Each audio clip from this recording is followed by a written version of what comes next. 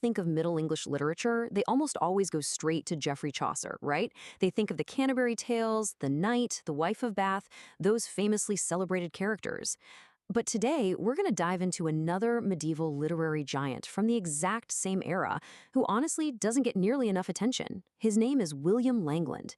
He wrote one of the most ambitious, complex, and spiritually urgent poems of the entire medieval period, a real masterpiece called Piers Plowman. And hey, if you're preparing for competitive exams, whether that's the UGC Net, JRF, or really any serious literature paper, understanding this work is an absolute must-know. It's totally loaded with the key literary terms, historical context, and those profound themes that examiners literally love to test. So let's jump right in and uncover what you need to know. Okay, let's look at a fascinating contrast to really understand our subject here. Practically everyone knows Chaucer as the ultimate insider. He was a highly visible, well-documented guy writing courtly entertainment designed for aristocratic amusement. But our underdog today, William Langland, he was the complete opposite. He was this enigmatic outsider who lived a marginal life on the fringes of society, totally removed from the royal courts. And because of that stark difference in lifestyle, he wrote with an immense, palpable moral urgency that Chaucer kind of avoided in his early career. Grasping this fundamental difference in their societal positions is absolutely crucial. It's the key to unlocking why Langland's writing feels so incredibly grounded, raw, and fiercely critical. Section 1. The Mystery of William Langland. So Langland lived roughly from 1332 to 1386. Notice I say roughly there because unlike his famous, well-documented contemporaries, he left almost zero historical trace behind. He's essentially a ghost in the archives. What we do know for sure is that he spent practically his entire adult life obsessively writing, revising, and expanding his one masterwork over several decades. This sheer absolute dedication resulted in 3 distinct surviving versions of the poem, which scholars simply call the A text, the B text, and the C text. Just think about that for a second. In an era way before printing presses, he spent decades painstakingly rewriting his thoughts by hand, refining his vision of society and faith again and again right up until the end of his life.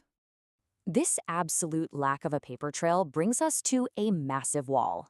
Since there are no court records, no official dedications, and no well-documented wealthy patrons to track his movements, we have to ask the ultimate question: who exactly was he?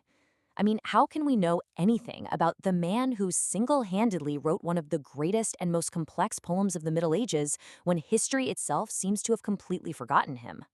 Well, because of this historical silence, scholars have had to play detective. Every single biographical clue we have is reverse engineered directly from the text of his own poem. It's like a giant puzzle. The text suggests he had some minor clerical education, like he knew his Latin and understood theology, though he clearly never rose to any high church office. The poem also strongly hints that he lived a pretty modest, marginal life in London, basically surviving on the fringes of society by singing psalms and reciting prayers for wealthy patrons just to make ends meet. He was a highly educated but financially insecure guy, floating somewhere between the structured world of the church and the gritty reality of medieval city life. To give you a really specific example of how this scholarly reverse engineering works, let's look at the geography. Scholars pinpoint his origin to the West Midlands of England, possibly Worcestershire or Shropshire. Why? Because right at the very beginning of the poem, the narrator is physically standing, and then falls asleep, directly on the Malvern Hills. If you're taking notes for your exam right now, definitely highlight the Malvern Hills. It's a highly specific geographical detail that examiners absolutely love to ask about, mainly because it serves as the definitive anchor for the author's own likely origins. Section 2. The Outsider's Moral Urgency. This brings us to a really critical realization. Langland's outsider status wasn't just some biographical footnote, it was the entire engine behind his genius. Being on the fringes of both the powerful church hierarchy and polite, wealthy society fueled a masterpiece that definitely wasn't designed for light aristocratic amusement. Instead, Langland was deeply troubled by systemic social injustice. He was angered by the unchecked corruption he saw within the church, and he was profoundly concerned with the spiritual condition of ordinary, everyday people who were just struggling to survive. That fierce moral urgency, it literally bleeds through on every single page of his work.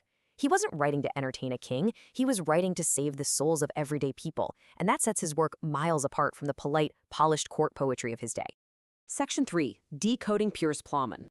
Let's turn our attention to the text itself and look at exactly why it's such an absolute favorite for examiners and, honestly, a non-negotiable text for literature students.